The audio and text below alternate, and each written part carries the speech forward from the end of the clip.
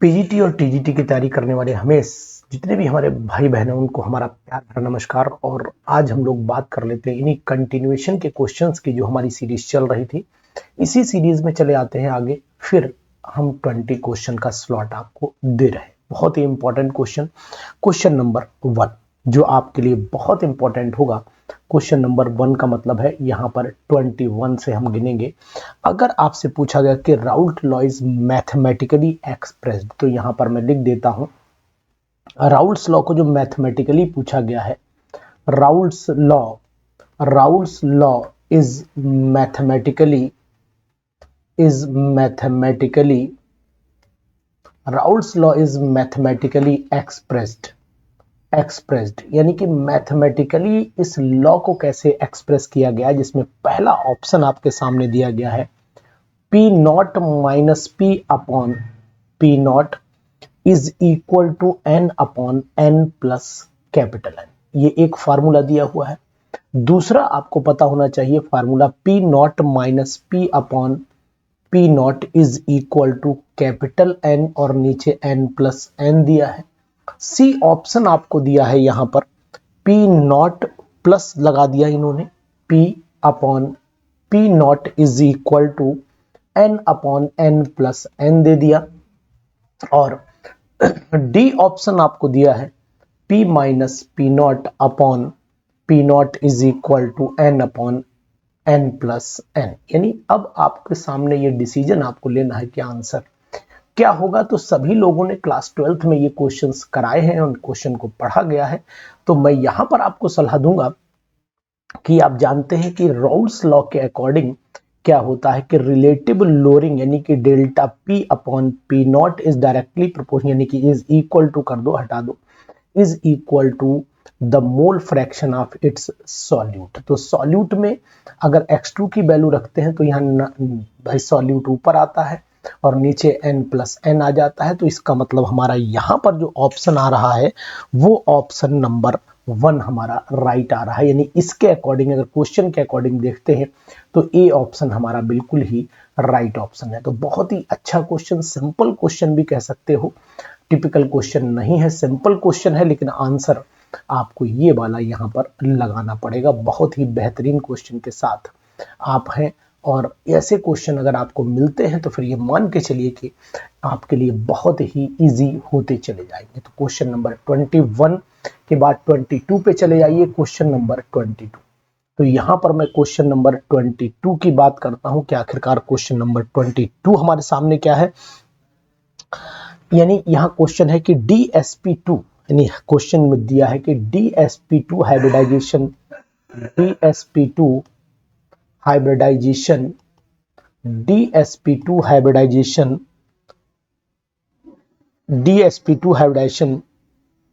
Molecule involves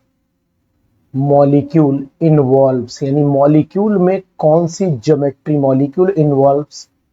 geometry, यानी molecule में कौन सी ज्योमेट्री इन्वॉल्व होगी। तो ए ऑप्शन दिया हुआ है, आपका स्क्वायर प्लेनर का ऑप्शन दिया है।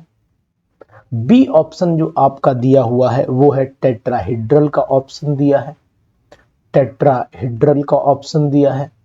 सी ऑप्शन दिया है ट्राइगोनल का ऑप्शन दिया है। और डी ऑप्शन आपका ट्राइगोनल बाई पिरामिडल का दिया हुआ है। तो है ना बेहतरीन, बहुत ही इंपॉर्टेंट क्वेश्चन है। यानी अब अगर आप जानते हैं DsP2 हाइब्रिडाइजेशन होती है तो वहां पर शेप स्क्वायर प्लेनर काउंट की जाती है, ये शेप मानी जाती है। तो अब आप जानिए कि हमारा आंसर फिर यहाँ पर क्या लग रहा है। हमारा आंसर बिल्कुल क्रिस्टल क्लियर है कि हमारा आंसर स्क्वायर प्लेनर शेप ही है और इसमें कोई इफ और बट, कोई क्वेश्चन मार्क नहीं लगेगा। तो ये बहुत ही अच्छे क्वेश्चन की सीरीज आपको जरूर हमें कमेंट बॉक्स में कमेंट करना चाहिए। और जितने भी भाई बहन इसको देख रहे हैं वो भी कोशिश करें कि इसको जल्दी से जल्दी आगे अपने दोस्तों में भेज दें। क्वेश्चन नंबर 23 पर चले आइए।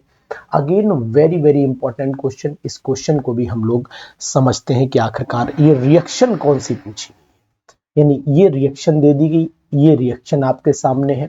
यहाँ पर आपको बेंजीन दिया है, सॉरी यहाँ पर केवल बेंजीन नहीं दिया है, हाँ सॉरी, यहाँ पर दिया है आपका फिनॉल, यहाँ पर फिनॉल दिया है और फिनॉल के बाद यहाँ लिखा गया है HCN प्लस HCl और प्रोडक्ट आपका एरो पे एनहाइड्रस AlCl3 लिया गया है, एनहाइड्रस AlCl3 लिया गया है और प्रोडक्ट आपका ये बना करके इन्होंने दे दिया कि भैया प्रोडक्ट आपका ये बन जाएगा।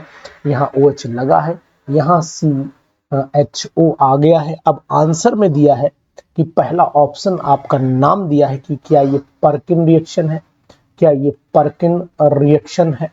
बी ऑप्शन में आपको दिया गया है क्या ये गेटरमैन रिएक्शन है, क्या ये गेटरमैन्स रिएक्शन है। तो यहाँ पर आप ऑप्शन बताइए, गेटरमैन्स रिएक्शन का ऑप्शन दिया है। सी ऑप्शन आपको दिया है, यहाँ पर कोलबेज का ऑप्शन दिया है, क्या ये कोलबेज रिएक्शन हो सकती है। बहुत ही इंपॉर्टेंट क्वेश्चन है और इसको आप लगा सकते हो। और इसके बाद डी ऑप्शन दिया है गेटरमैन एल्डिहाइड सिंथेसिस। तो यहाँ पर ऑप्शन आपको समझ चुके होंगे कि आखिरकार ऑप्शन क्या हो, गेटरमैन एल्डिहाइड सिंथेसिस। तो यही जवाब आपके सामने है कि ये गेटरमैन एल्डिहाइड सिंथेसिस ही रिएक्शन मानी जाती है। तो ऐसे क्वेश्चंस जरूर आप करिए, जरा सा कंफ्यूजन आपके लिए भारी पड़ सकता है तो मैं तो कहूंगा कि ऐसे क्वेश्चन लीव नहीं करना है, वीडियो को शेयर जरूर करना है, चैनल को सब्सक्राइब जरूर करना है और आपको अपनी उम्मीदों पर खरे उतरने के लिए इस पीडीएफ को भी चाहिए। मैंने कहा है, मैंने कमेंट किया है तो मैं आप तक ये पीडीएफ जरूर पहुंचाऊंगा। दूसरी बात और सुन लीजिए, कैलिफोर्नियम जो है वो is the member of, question बहुत अच्छा है तो यहां पर मैं लिख देता हूं californium is the member of, californium is the member of, यानी किसका मेंबर है, ये एक्टिनाइड सीरीज का मेंबर है या फिर लैंथेनाइड सीरीज का मेंबर है। तो पहला मैं एक्टिनाइड ऑप्शन दे रहा हूं, एक्टिनोइड का ऑप्शन दे रहा हूं। बी आपको लैंथेनोइड का ऑप्शन दे रहा हूं, लैंथेनोइड का ऑप्शन दे रहा हूं। सी आपको एल्कली मेटल का दे रहा हूं, एल्कली मेटल का दे रहा हूं। और डी ऑप्शन में आपको दे रहा हूं, क्या ये ट्रांजिशन मेटल है, क्या ये ट्रांजिशन मेटल है। तो फिर अब जवाब आपके सामने है कि आखिरकार आप जवाब इसका क्या दे पाएंगे। बहुत ही इंपॉर्टेंट क्वेश्चन है, वेरी वेरी इंपॉर्टेंट। तो कैलिफोर्नियम आपको पता होना चाहिए, मैंने थापा ऊपर नापा जब पूरा अमेरिका कांपा, बैंकॉक कैलिफोर्निया, याद है ना सेंटेंस। तो मतलब ये एक्टिनाइड सीरीज होनी चाहिए, निश्चित तौर पर एक्टिनाइड सीरीज होनी चाहिए क्योंकि एक्टिनाइड का ही यही, एक्टिनोइड का ही ये एलिमेंट है कैलिफोर्नियम। बहुत ही बेहतरीन क्वेश्चन की सीरीज आपके सामने दे रहा हूं, इंपॉर्टेंट भी है, अच्छे क्वेश्चन भी है। टीजीटी के लिए भी ये क्वेश्चन बहुत इंपॉर्टेंट बनेंगे, बताऊंगा टीजीटी के लिए आपको क्या करना है। तो अगर वीडियो अच्छी लगती हो तो जरूर हमारे साथ बने रहिएगा। और इसके बाद क्वेश्चन है, किसमें हाइड्रोजन बॉन्ड नहीं है, which does not have hydrogen, which does not have hydrogen bond, which does not have hydrogen bond, इसमें किसमें हाइड्रोजन बॉन्ड नहीं है। तो पहला ऑप्शन आपका अमोनिया दिया हुआ है, दूसरा ऑप्शन आपका वाटर दिया हुआ है, तीसरा ऑप्शन आपको H2S दिया है और चौथा ऑप्शन आपका यहां पर HCl दिया हुआ है, HF दिया हुआ है। क्वेश्चन ये कह रहा है किसमें हाइड्रोजन बॉन्ड नहीं है। तो आपको पता होना चाहिए कि ऑप्शन सी हमारा राइट है, H2S में हमने हाइड्रोजन बॉन्ड भाई नहीं देखा, साइज बड़ा है और यहाँ पर सल्फर हाइड्रोजन बॉन्ड बनाने की कैपेसिटी नहीं रखता है। तो बहुत ही इंपॉर्टेंट क्वेश्चन हो गया, ये भी आ सकता है एग्जामिनेशन में। क्वेश्चन नंबर 26 पर चले आइए, ठीक है। इसमें कौन सा सबसे लोएस्ट प्रोटेक्टिंग पावर रखता है। तो यहाँ पर मैं बोलता हूं, which one has lowest protecting power, which one has lowest protecting power, इसमें किसमें लोएस्ट प्रोटेक्टिंग पावर होगी, इस बात का आपको ध्यान देना पड़ेगा। तो यहां पर चले आइए, ए पहला ऑप्शन आपका दिया है जिलेटिन, यहां पर पहला ऑप्शन जिलेटिन दिया है। दूसरा ऑप्शन यहाँ पर आपका गम दिया हुआ है, दूसरा ऑप्शन गम है। तीसरा ऑप्शन यहाँ पर एल्ब्यूमिन है, प्रोटीन होती है, एल्ब्यूमिन प्रोटीन ऑप्शन दिया हुआ है। बहुत ही इंपॉर्टेंट तरीके से आपको समझाने की कोशिश करूंगा। और डी ऑप्शन जो आपका यहाँ दिया है वो है पोटैटो स्टार्च, पोटैटो स्टार्च। तो है ना बेहतरीन क्वेश्चन। तो जिलेटिन ऐसा होता है जिसका प्रोटेक्टिंग पावर सबसे कम होती है, बाकी सभी की प्रोटेक्टिंग पावर बहुत ज्यादा होती है। तो साथियों, ऐसी वीडियो आपको अगर चाहिए है, क्वेश्चन सीरीज में चाहिए है, तो फिर हमारे साथ जुड़िएगा और ज्वाइन कर लीजिए इस चैनल को। बहुत ही बेहतरीन क्वेश्चन आपके सामने मिल रहे हैं, बहुत ही जबरदस्त क्वेश्चन आपके सामने मिल रहे हैं। ये क्वेश्चन आपको बहुत ही इंपॉर्टेंट लगेंगे। एक क्वेश्चन और बहुत बेहतरीन है, alkali metal ion have weak tendency. तो यहां पर मैं लिख देता हूं question, alkali metal ions, alkali metal ions have, alkali metal ions have weak tendency, weak tendency, weak tendency to form complex, to form complex, यानी इनके कॉम्प्लेक्स बनाने की जो टेंडेंसी होती है बहुत कम होती है विद यूनिडेंटेट लिगेंड। तो यहां पर मैं पूरा कर देता हूं क्वेश्चन को, with unidentate ligands, unidentate ligands के साथ में बना पाते हैं। रीजन पूछा गया है ड्यू टू। तो पहला ऑप्शन आपके सामने दिया हुआ है कि little polarising power, LITTLE, little polarising power की वजह से ऐसा है, लिटिल पोलराइजिंग पावर की वजह से है। बी ऑप्शन दिया है इसमें हायर पोलराइजिंग पावर की वजह से, तो यहां पर मैं हायर लिख देता हूं। तो हायर पोलराइजिंग पावर तो नहीं दिखाई दे रही, साइज स्मॉल है तो भाई साइज भी नहीं स्मॉल दिखाई दे रहा है। और डी ऑप्शन आपको दिख रहा है नन दिख रहा है। तो यहां पर मैं आपको बताने की कोशिश करूंगा कि जवाब हमारा लिटिल पोलराइजिंग पावर है, और कम पोलराइजिंग पावर होने के कारण ही ये जितने भी एल्कली मेटल है वो tendency to form, weak tendency to form, बात वीक से है, वीक टेंडेंसी से है। अगर स्ट्रांग होती तो फिर हाई पोलराइजिंग पावर की बात चलती, लेकिन अगर स्ट्रांग होता तो फिर एल्कली नहीं होता, ट्रांजिशन मेटल ऑप्शन हो जाता। तो 28 पर चले आते हैं, क्वेश्चन नंबर 28। बहुत ही बेहतरीन क्वेश्चन की शुरुआत मैं कर रहा हूं, बहुत ही बेहतरीन क्वेश्चन की शुरुआत, और ऐसे क्वेश्चन जो आपको एग्जामिनेशन में जरूर 100% मिलेंगे। यहाँ क्वेश्चन कह रहा है which one is the structure of, which one is the structure of alizarin. यहां पर एलिजरिन का स्ट्रक्चर कौन सा है वो आपसे पूछा गया है। तो ए ऑप्शन आपको मैं दे रहा हूं, ए ऑप्शन दिया है आपके सामने, ये वाला बेंजीन बना दिया और यहां पर लगा दिया है डबल बॉन्ड ओ, यहां पर भी डबल बॉन्ड ओ लगा दिया है और यहां पर OH लग गया है, OH लग गया है। तो ये क्या ये आपकी एलिजरिन है? तो मुझे तो नहीं दिख रही भाई ये एलिजरिन। बी ऑप्शन देख लेते हैं। बी ऑप्शन इन्होंने बहुत ही इंपॉर्टेंट बनाया है, ये क्वेश्चन 2010 में भी आया हुआ है, ये क्वेश्चन 2010 में भी आए, वो हाँ 13 में भी आए, सॉरी 13 में आए हैं। और ये वाला क्वेश्चन तो बहुत ही इंपॉर्टेंट है और बहुत ज्यादा आया है बच्चों।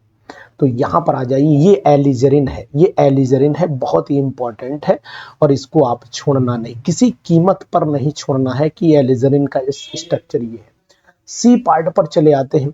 सी पार्ट हमारा दिया है, ये वाला ऑप्शन है। अब तो आंसर तो हमें मिल ही गया है, तो अब ज्यादा हमें परेशान होने की जरूरत भी नहीं है। ये हमारा नेक्स्ट ऑप्शन है, ये एलिजरिन नहीं है। एलिजरिन में क्विनोन वाला कंडीशन होती है, 1,2 डाइहाइड्रोक्सी एंथ्राक्विनोन बोला जाता है। तो ये भी ध्यान आपको रखना पड़ेगा। तो बहुत ही इंपॉर्टेंट सीरीज जो आपके लिए एग्जामिनेशन में बहुत बड़ी मदद करने वाली है, बहुत ही बड़ी मदद करने वाली है।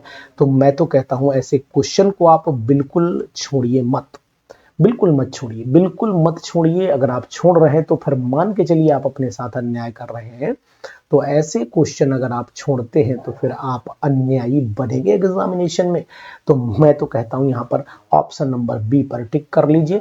बहुत ही जबरदस्त और बेहतरीन क्वेश्चन जो पीजीटीज में बहुत ही इंपॉर्टेंट माना भी जा रहा है और आने की संभावना भी इसकी बहुत ज़्यादा है। तो ऐसे क्वेश्चन को आप जरूर लगाइए और मेहनत करके लगाइए। तो ये सीरीज आपको कैसी लग रही जरूर कमेंट करिए। अभी के अभी कमेंट करिए। क्वेश्चन नंबर 29 पर चले आते हैं।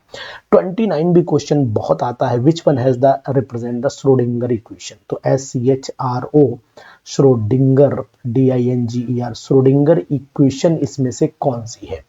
ए ऑप्शन में दिया है आपका, ए ऑप्शन में दिया है del square psi plus 8 pi square m upon h square, और यहाँ पर e minus V psi is equal to 0। B option आपके लिए दिया है डेल स्क्वायर, डेल तो नहीं है डेल्टा है, ये डेल तो उल्टा बनता है, लैप्लेसियन ऑपरेटर बनाएंगे। यहाँ पर h स्क्वायर, ये h है, h स्क्वायर नीचे आ जाएगा 8 पाई स्क्वायर m, और यहाँ पर e minus O V psi is equal to 0।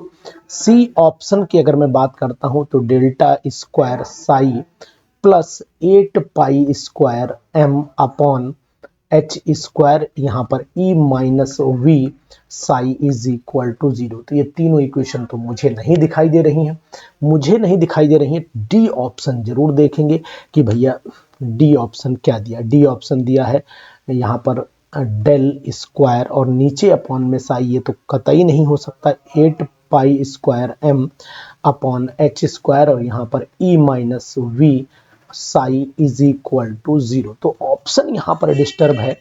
मैं आपको बताने की कोशिश करूंगा कि ऑप्शन यहाँ जो इसमें दिए हैं बुक में वो ऑप्शन ठीक नहीं दिए हैं। अगर हम लोग इसे डेल स्क्वायर साई की जगह लैप्लेसियन ऑपरेटर यानी कि ऐसे कर दें, डेल ऐसे वाला कंडीशन कर दें, तो अब ये हमारा पहला वाला फार्मूला और फर्स्ट आंसर हमारा राइट हो जाता है और यही बताता है श्रोडिंगर की वेव इक्वेशन को। तो है ना क्वेश्चन बेहतरीन।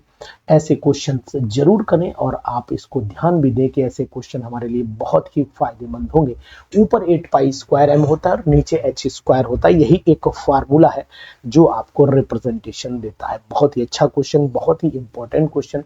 क्वेश्चन नंबर 30 पर चले आते हैं। क्वेश्चन नंबर 30 क्या कहता है वो भी मैं आपको बताता हूँ, और इंपॉर्टेंट क्वेश्चन में है, इंपॉर्टेंट की कैटेगरी में है। क्वेश्चन नंबर 30 क्या कहता है? क्वेश्चन नंबर 30 इनऑर्गेनिक बेंजीन इसमें से कौन सा है? तो यहाँ पर मैं लिख देता हूँ इनऑर्गेनिक बेंजीन। अब इनऑर्गेनिक बेंजीन बताना है आपको भैया कौन सा है। तो पहला ऑप्शन मैं आपको दे रहा हूँ, बताइएगा। पहला ऑप्शन मैं आपको दे रहा हूँ, यहाँ पर इन्होंने बनाया हुआ है वही ऑप्शन मैं दूंगा। देखो यहाँ पर दिया है बी, यहाँ H लगाया, फिर यहाँ पर N लगाया, पहले पूरा बना देता हूँ। यहाँ N लगाया, यहाँ B लगाया, यहाँ पर भी B लगाया और यहाँ पर N लगाया। सभी जगह पहले एक एक H लगा देते हैं, सभी जगह एक एक H लगा देते हैं। बहुत ही बेहतरीन क्वेश्चन और PGT लेवल पर खूब आता है ये क्वेश्चन। इसे ए ऑप्शन दूंगा मैं, इसे एक तो ये मैंने बना करके दे दिया, ठीक है। दूसरा ऑप्शन इन्होंने क्या दिया है वो भी मैं आपको दिखाई दे रहा हूँ। ये भी इम्पोर्टेंट ऑप्शन बनाया है और उम्मीद करता हूँ कि इन्होंने जो ऑप्शन बनाया है वो मुझे देखना पड़ेगा थोड़ा सा। एक ऑप्शन बी वाला जो ऑप्शन बनाया है वो ऑप्शन इन्होंने सीधा सीधा बेंजीन बना दिए हैं, और बी ऑप्शन में इन्होंने अंदर बॉन्ड बेंजीन के और केवल हाइड्रोजन बाहर दिखा दिए। तो ये तो संभव ही नहीं है, ये तो संभव इनऑर्गेनिक बेंजीन के लिए तो नहीं है। हाँ, बेंजीन में अगर हाइड्रोजन दिखाए होते तो एक बार को हम मान सकते थे कि ये संभावना जताई जा सकती है। दूसरा स्ट्रक्चर इन्होंने जो दिया है सी वाला स्ट्रक्चर दिया है वो बिल्कुल सेम कॉपी किया है, लेकिन इस स्ट्रक्चर में एक फर्क दिखाई दे रहा है। वो फर्क मैं आपको अभी दिखाता हूं। यानी कि बी दिया, यहाँ पर H दिया है, यहाँ पर H दिया है, और यहाँ पर आपका N दिया है, यहाँ H दिया है, यहाँ पर B दिया है, यहाँ H दिया है, यहाँ पर N दिया है और यहाँ पर H दिया है। इन्होंने ऐसे करके यहाँ पर कंडीशन बनाई है। तो ये स्ट्रक्चर यहाँ पर बिल्कुल राइट स्ट्रक्चर बताया गया, यहाँ पर नन ऑप्शन दिया गया है।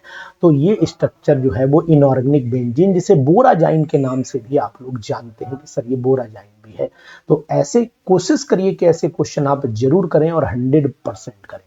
क्वेश्चन नंबर 31 पर चले आइए। क्वेश्चन नंबर 31 आपसे क्या कह रहा है? सोडियम क्रिस्टल है उसमें chloride ion is surrounded by, यानी कि इन NaCl क्रिस्टल इन NaCl क्रिस्टल सोडियम आयन या क्लोराइड आयन, चलिए क्लोराइड आयन कर देते हैं, chloride ion is surrounded by, ठीक है। नंबर 1 ऑप्शन दिया सराउंडेड बाई, आगे भी सराउंडेड बाई, ठीक है, बिल्कुल ऑप्शन नंबर ए में दिया है 12 Na पॉजिटिव आयन, तो ये तो संभव नहीं दिख रहा है। बी यहाँ पर आ जा रहा है 8 Na पॉजिटिव आयन, तो ये भी संभव नहीं दिख रहा है। सी में आ रहा है 6 Na पॉजिटिव आयन, तो ये तो साफ दिख रहा है, बिल्कुल ऑप्शन भी हमें बिल्कुल साफ दिख रहा है 4 Na पॉजिटिव आयन। तो बच्चा यहाँ पर जवाब आपको बिल्कुल क्रिस्टल क्लियर दिख रहा है कि भाई coordination number of sodium and chlorine in NaCl is 6. That's why this option is the right option. Question number 32 पर चले आइए। बहुत ही अच्छे क्वेश्चन, बहुत ही इंपॉर्टेंट क्वेश्चन, ऐसे क्वेश्चन जो आपको जरूर उम्मीद करते हैं कि एग्जामिनेशन में मदद जरूर करेंगे। और ये बात नोट कर लीजिएगा, the pH value of aqueous solution of HCl with molar concentration is 10 raised to the power -8 molar है। तो यहाँ पर ऑप्शन दिया हुआ है पहला 6.2, बी ऑप्शन दिया है 6.9, सी ऑप्शन दिया है 7.0 और डी ऑप्शन दिया है 8। तो जवाब क्या होना चाहिए? आप जानते हो ये क्वेश्चन बिल्कुल रटा हुआ क्वेश्चन होगा आपको, और आप सोच रहे होगे सर बी आंसर सही है। तो मैं भी आपसे यही कहूंगा कि इसकी भाई एसिडिक सॉल्यूशन है, HCl का सॉल्यूशन है, तो 100% एसिडिक तो होगा ही होगा, और एसिडिक होगा तो इसकी कैलकुलेशन भी मैंने आपको समझाई है, निकाल करके बताई कि आखिरकार क्या आएगी। तो ये क्वेश्चन भी बहुत आता है, बहुत ही इंपॉर्टेंट क्वेश्चन ये भी रहा। और ये जो रिलेशन है, दिस रिलेशन, अब रिलेशन कौन सा है? Delta x into delta P is equal to greater than h/4 pi. ये किसको रिप्रेजेंट कर रहा है?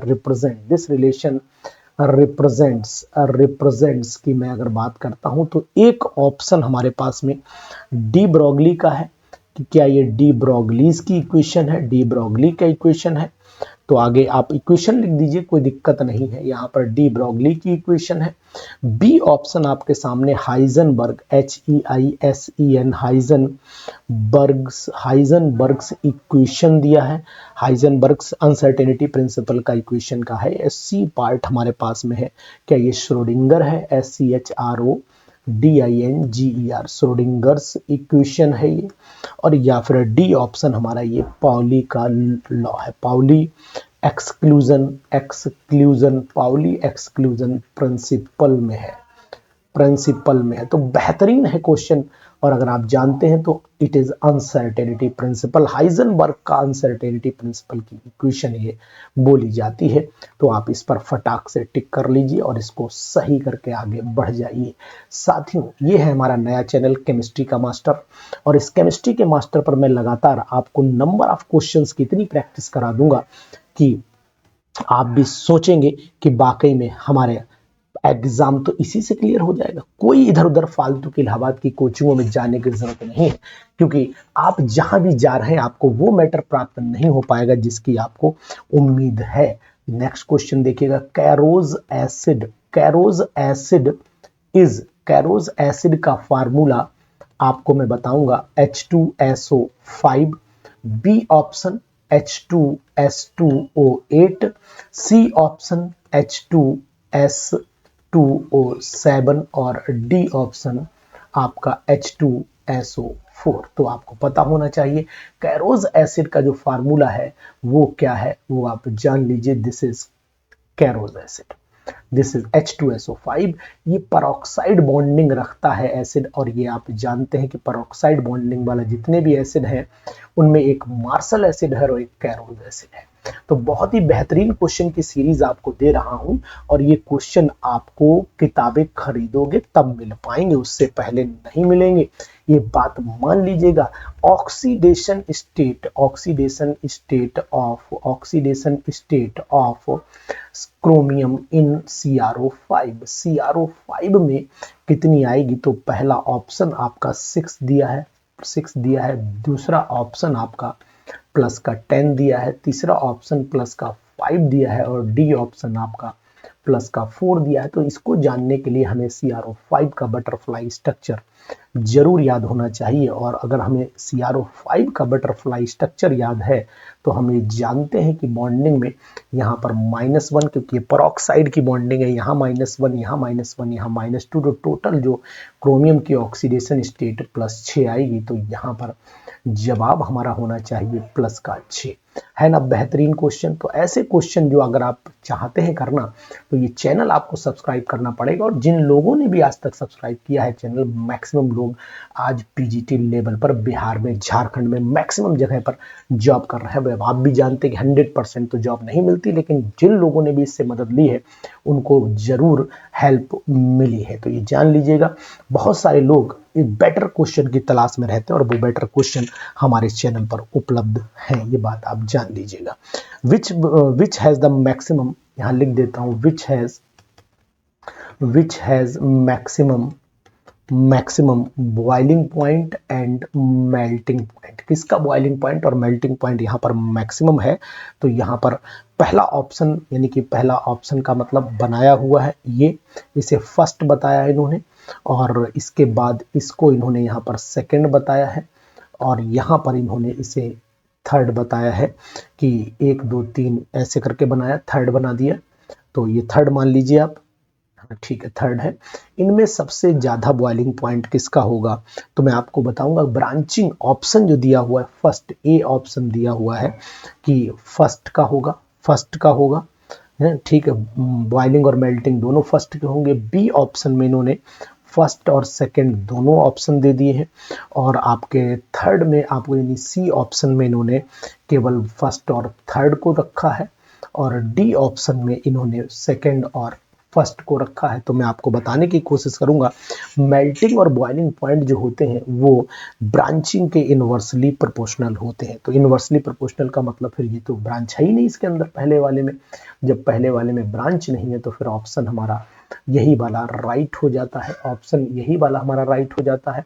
यानी ए ऑप्शन को हम लोग टिक करेंगे, यहाँ पर ए ऑप्शन को टिक कर लेंगे और यही आंसर हमारा बिल्कुल राइट होगा। तो है ना क्वेश्चन बेहतरीन। क्वेश्चन नंबर, चले आइए 37 पर। Question number 37 again very very important, which of the following are dehydrating agent. तो यहाँ लिख देता हूँ, which of the following are dehydrating agent। Dehydrating agent इसमें से कौन सा है, इस बात को आपको पहचानना पड़ेगा। तो पहला ऑप्शन दिया है कंसंट्रेटेड H2SO4 है क्या? बी ऑप्शन दिया है POCl3 है क्या? सी ऑप्शन आपका दिया है P2O5 है क्या? और डी ऑप्शन दिया है ऑल ऑफ द अबव। तो यहाँ पर पता होना चाहिए जितने भी रिएजेंट हैं ये सभी हमारे डिहाइड्रेटिंग एजेंट की तरह काम करते हैं। तो यहाँ पर मैं ऑप्शन ऑल पर लगा दूंगा। तो है ना बेहतरीन चटाके वाले क्वेश्चन। तो ये चटाके वाले क्वेश्चन अगर आपको चाहिए हैं तो फिर जरूर हमारे इस चैनल को सब्सक्रिप्शन पर लाइए और आनंद उठाइए। चलिए नेक्स्ट क्वेश्चन कर लेते हैं, वो भी बहुत important, very very important, this structure is called. इस स्ट्रक्चर को हम लोग क्या कहते हैं? स्ट्रक्चर इज कॉल्ड, इसको हम लोग क्या कहते हैं? पहला ऑप्शन आपको दे रहा हूं, दिस इज कॉल्ड बेंजीन कहलाता है। बी ऑप्शन ये आपका साइक्लोहेक्साइन कहलाता है, साइक्लोहेक्साइन कहलाता है। या फिर आपका, अगर मैं कहूं इस स्ट्रक्चर में बहुत ही इंपॉर्टेंट की बात हुई, यहाँ पर ये बेंजाइन कहलाता है, बेंजाइन कहलाता है, और डी ऑप्शन नन। तो फिर अब आप जानिएगा कि यहाँ पर ये साइक्लोहेक्साइन है, बेंजाइन नहीं।